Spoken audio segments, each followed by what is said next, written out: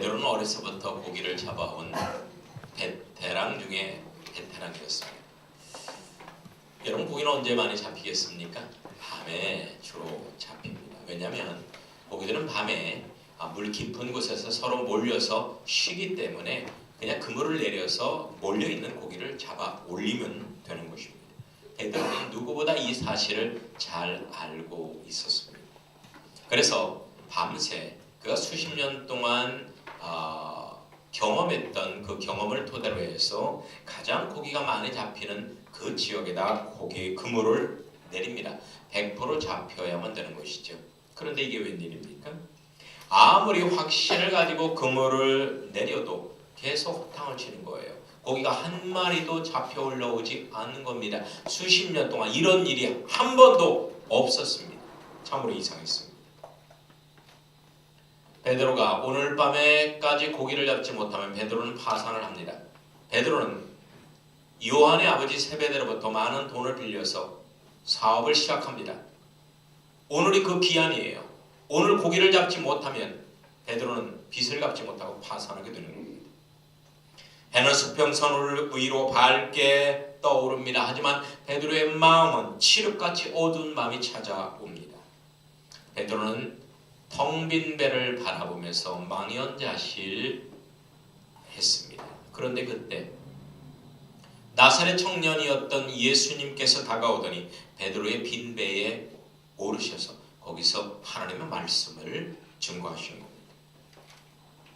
해가 완전히 떠올랐습니다. 그때 주님께서는 베드로를 바라보시면서 이렇게 말씀하셨어요. 너는 깊은 곳에 가서 그물을 내려라. 깊은 곳에 가서 그물을 내려라. 이렇게 말씀하셨습니다. 어부로서 잔뼈가 굵은 베드로는 단 한 번도 대낮에 깊은 곳에 가서 그물을 내려본 적이 없습니다. 왜냐하면 그렇게 하면 안 돼요. 고기가 없는데 거기다 내려봤자 그게 무슨 소용이 있습니까? 하지만 철저하게 실패했던 것을 토대로 해서 자신이 얼마나 부족한가, 자신의 지금까지의 경험이 얼마나 헛된가를 동감했던 베드로는 예수님의 말씀에 의지해서 모험을 감행합니다. 말 그대로 모험입니다. 도전입니다. 갈릴리 호수의 깊은 곳은 대단히 위험합니다. 갑작스런 물살에 배가 뒤집힐 수도 있습니다. 그러면 죽을 수밖에 없는 것이죠. 중요한 것은 그곳에는 물고기가 없다는 거예요. 깊은 곳에, 낮에 깊은 곳에는 물고기가 없어요. 이 열동 깊은 곳에 이 낮에 물고기가 없어요. 그런데 여러분들 전도지를 들고 나가서 전도하십시오. 찢어질 정도로 잡힐 겁니다. 여기 중동도 아니고 상동도 아니지만 깊은 곳에 가서 그물을 던져 보시기 바랍니다.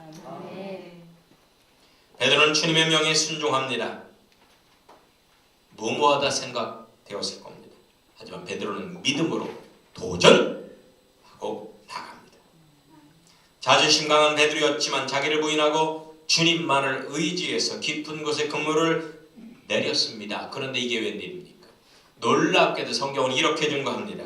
그물이 찢어질 정도로 그 고기가 잡혀서 두 배에 가득하여 배가 잠길 정도로 고기가 많이 잡혔더라. 할렐루야. 할렐루야. 믿음의 도전이 놀라운 기적을 만들어낸 것입니다. 믿음의 도전이 놀라운 기적. 폴 발레리라는 사람이 이런 말을 했습니다. 당신은 당신이 생각한 대로 살아야 합니다. 그렇지 않으면 머지않아 당신은 사는 대로 생각하게 될 것입니다. 그렇게 말을 했습니다. 이 말은 뭐예요? 생각으로 현실을 지배해야지 현실이 생각을 지배하게 해선 안 된다는 겁니다. 여러분, 우리는 흘러가는 대로 살아가면 안 됩니다. 그것은 살았지만 죽은 인생과 똑같습니다. 분명한 목표를 가지고 세상을 역류하면서 살아가야만 합니다. 세상은 도전하고자 하는 사람에게는 순순히 굴복합니다. 하지만 세상과 타협하고 안주하고자 하는 사람에게는 냉혹한 폭군과 같은 것이 세상이란 말이에요. 인생은 거칠고 사나운 바다와도 같습니다. 그래서 인생은 거친 파도 위에서 서핑하듯 도전하는 사람들만이 즐길 수 있는 곳이 인생이라는 거예요. 우리는 평안하고 안락하고 풍요로운 환경을 원합니다. 하지만 이런 것들은 그냥 결코 얻어질 수 있는 것이 아니에요. 불로소득이 아니란 말이에요. 치열하게 싸우고 도전해서 이긴 다음에 얻을 수 있는 전리품들입니다. 전리품들이에요. 세계에서 가장 잘 사는 복지국가가 어딜까요? 세계에서 가장 잘 사는 복지국가는 북유럽의 스칸디나비아 반도, 노르웨이, 스웨덴, 핀란드입니다. 과연 이 지역이 사람들이 살기 좋은 최적의 환경을 갖고 있는 그러한 나라들일까요? 아닙니다. 놀랍게도 이 지역은 북극에 대단히 가깝기 때문에 너무너무 추워요. 1년 중에 겨울이 6개월이 넘습니다. 대단히 열악한 환경을 갖고 있는 나라입니다.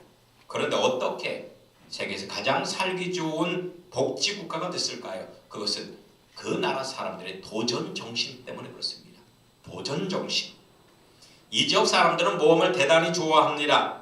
그들은 작은 배 한 척으로 전 세계 바다를 정복하고 최초로 아메리카 대륙까지 탐험했던 바이킹의 후예들이기 때문입니다. 바이킹의 후예들. 여러분, 지구촌에는 못 사는 지역들이 있죠. 대부분 자연 환경이 가장 좋다고 하는 적도 지역의 나라들이 대부분 못 삽니다. 이 나라들은 사시사철 날씨가 포근하고 좋은 동남아권 사람들입니다. 그들은 환경이 너무나 좋기 때문에 모험을 안 합니다. 그냥 현실에 안주해버리고 삽니다.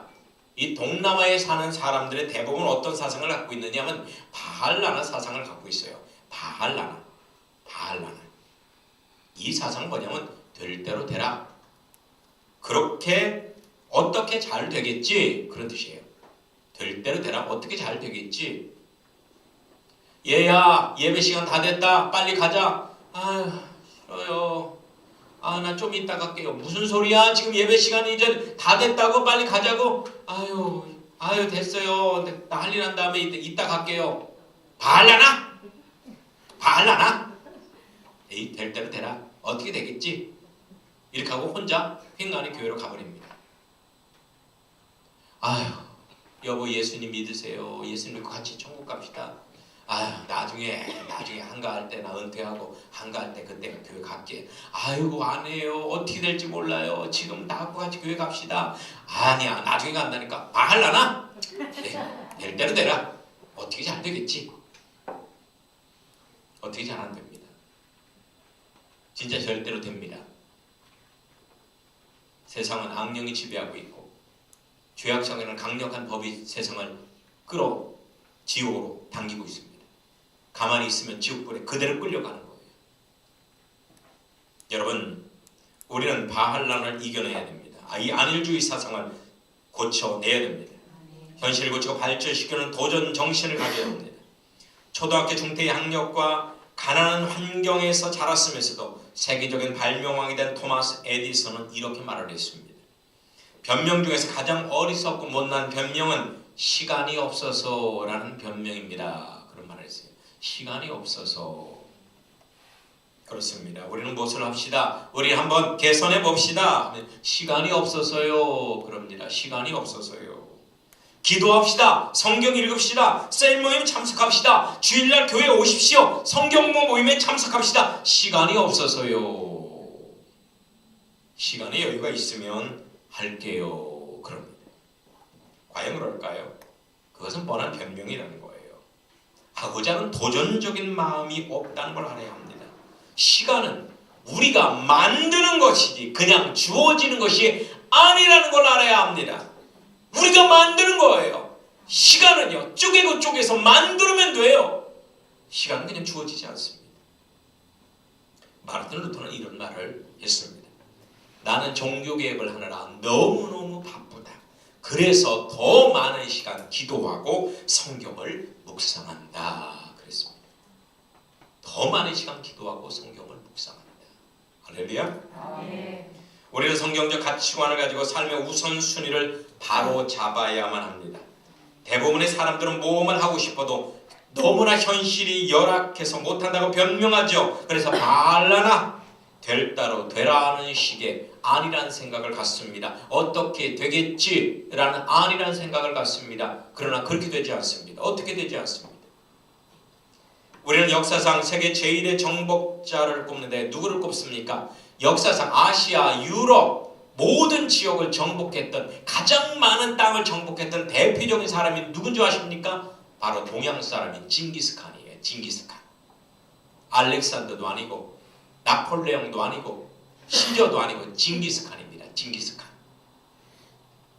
징기스칸은 이런 말을 했습니다.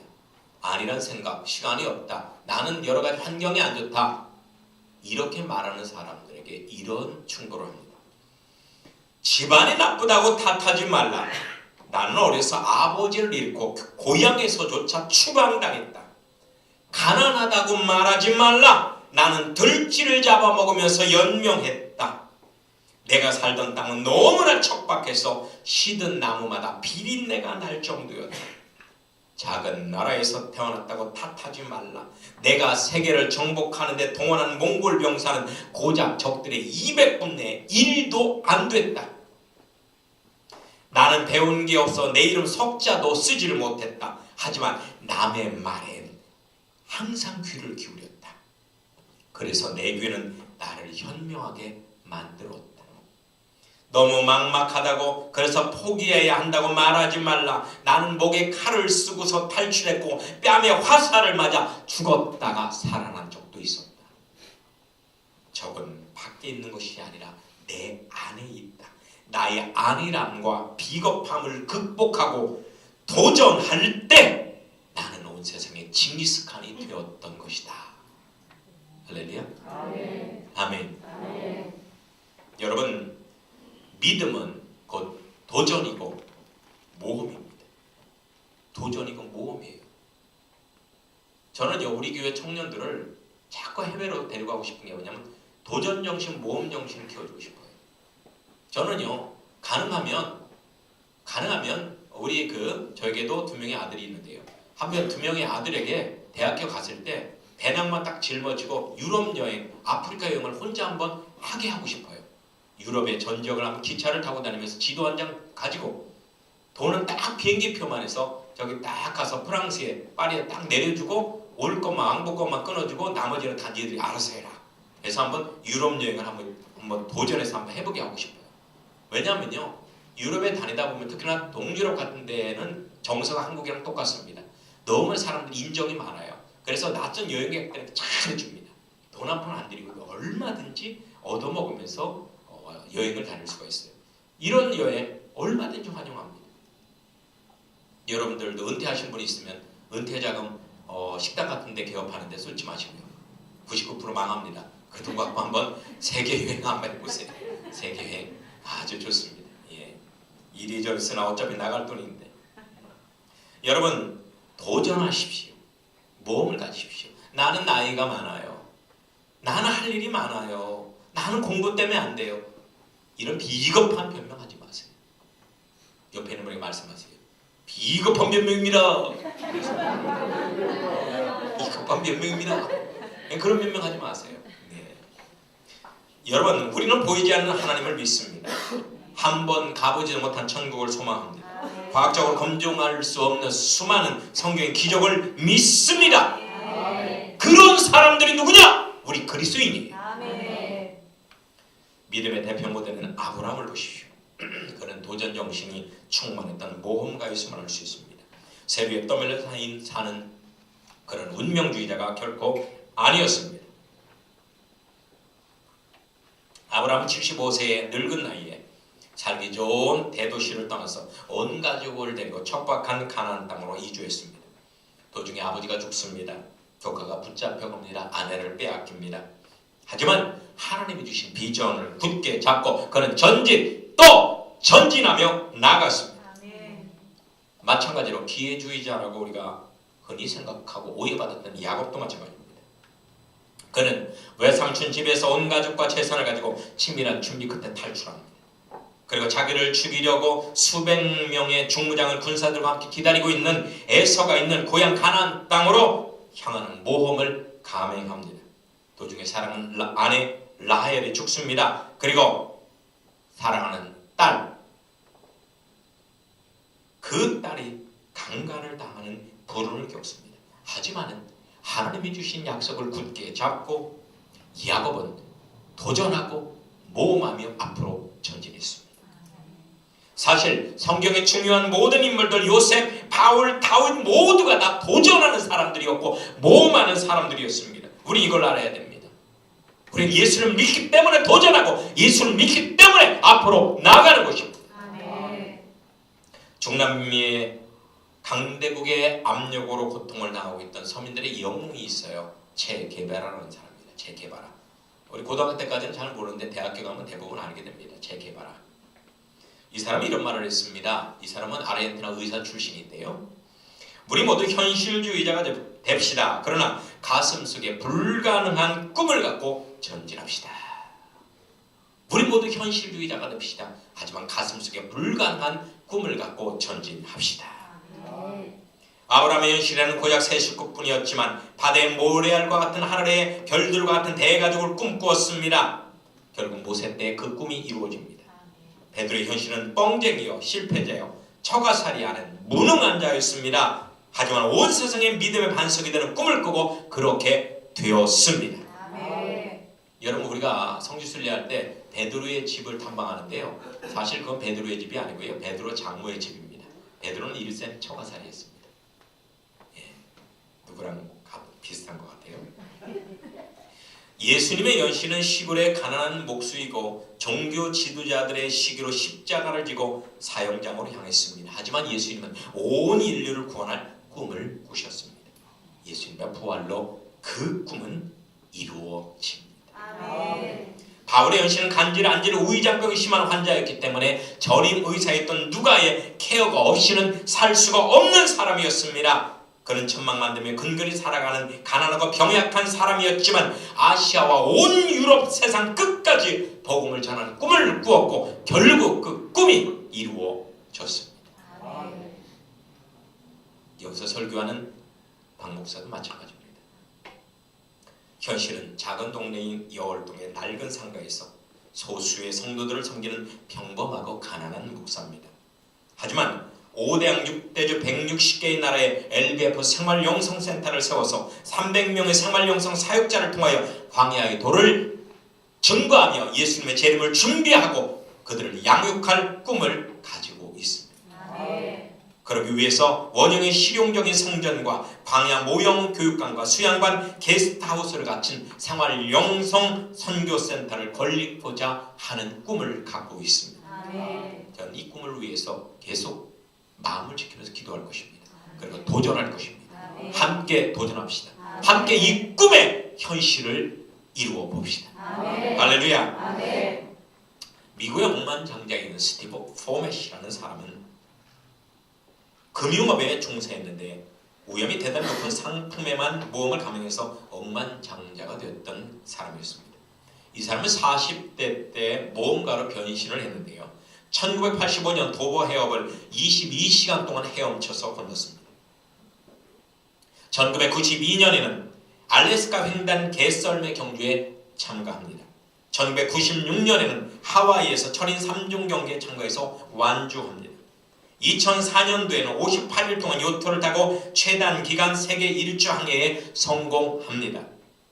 2005년도에는 초경량 비행기를 타고 미국, 대서양, 유럽, 아시아, 태평양 상공을 지난 37,000km를 날아서 지구를 67시간 2분 만에 한 바퀴를 돌았습니다. 놀라운 거 아니에요? 놀라지도 않습니다. 여러분들 놀라지도 않아요? 대단해요. 저는 미국에 처음으로 갔을 때 13시간 반 동안 비행기 타고 가는데 LA 공항까지 가는데 쥐가 2번 났습니다. 어디에? 엉덩이에. 엉덩이에 쥐가 2번 났어요. 딱 이렇게 굳어갖고 일어나서 막 주물르고 그렇게 하고 앉고 그랬어요. 이야. 그리고 파라과이까지 48시간 동안 비행기 타고 가는데요. 저는 한 5번의 지옥을 경험했습니다. 그 좁은 비행기 안에서 좌우측에 이렇게 배나고 뚱뚱한 그런 어떤 파라과이 아저씨가 좌우측에 앉아 있는데, 앉아서 아이패드 가지고 그냥 10몇 시간 동안 게임만 하고 있는데 꼼짝을 안 하고 있는 거예요. 화장실 가고 싶어도 배가 이렇게 나와갖고 그걸 뒤쳐내고 갈 수도 없고 많이 껴갖고 있는, 꼼짝없이 10시간 있는데, 이야, 지옥이 따로 없대요.